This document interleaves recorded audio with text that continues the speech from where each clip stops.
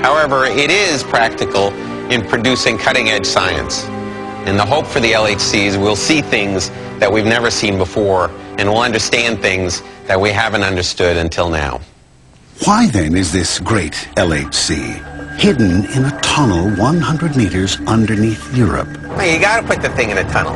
The first reason to put it in a tunnel is there are cosmic rays coming from outside the Earth and bombarding your experiment.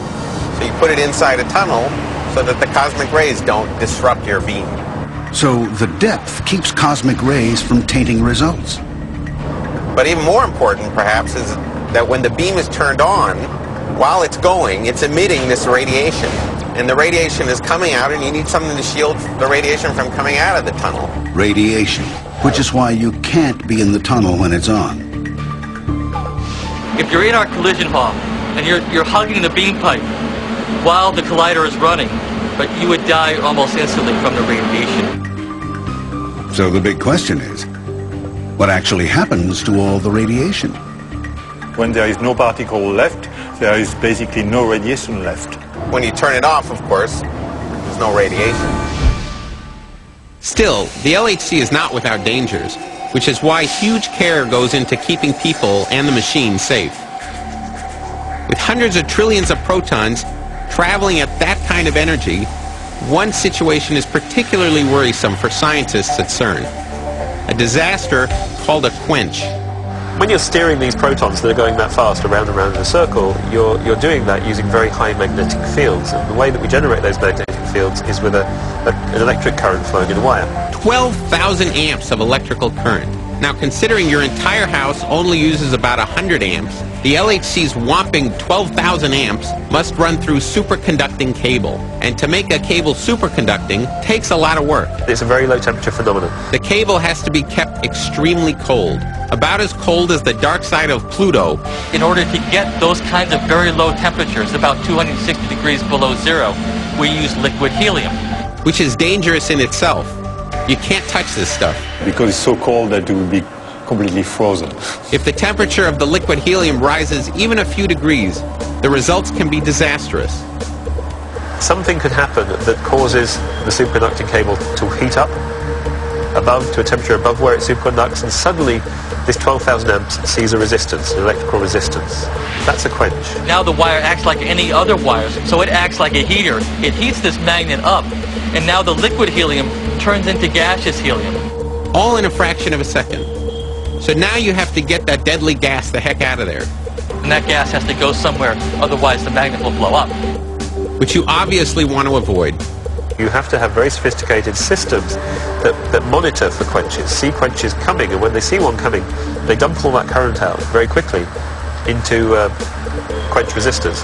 Because if the magnet goes down, suddenly this beam, packing the force of a small aircraft carrier hitting the beach at 30 knots, is now flying out of control. When you hear the LHC guys talk about, oh my God, there's a quench, they really have a problem in the sense that that quench could missteer the beam. And that beam, if it's missteered, will now go right into the side of a magnet and blow a hole in the side of that magnet.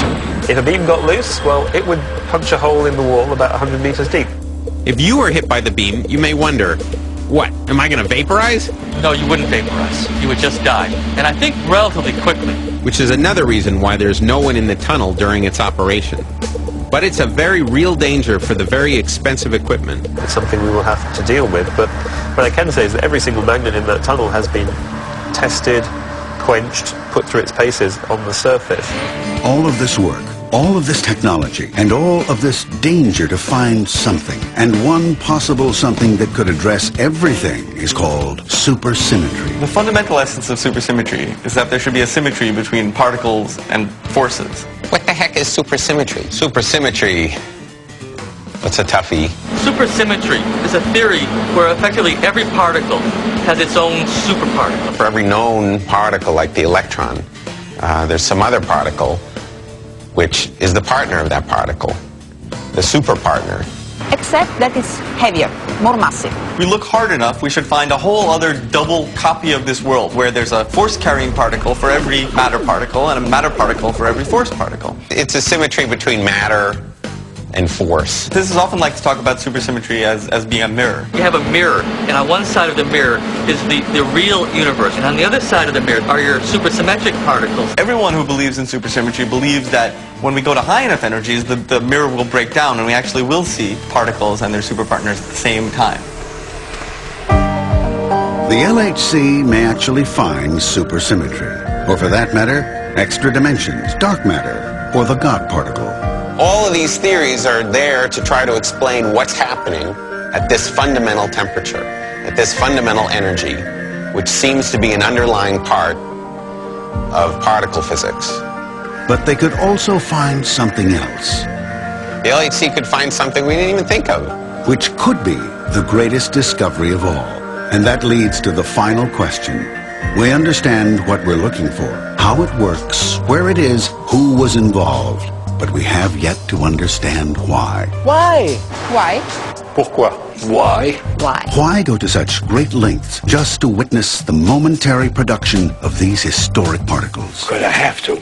Nature has just an infinitude of phenomena that it hands us, and we just are there to discover it. I want to find truth. That's why I'm here. There are more open unknowns ahead of us. This is a truth. Nature itself has zillions of surprises for you. We're about to open a new door. It's truth. That's why we like science. There's something behind what's happening, and I want to know what that is. The LHC is a doorway, and when we open it, we're going to find some answers. I don't know what.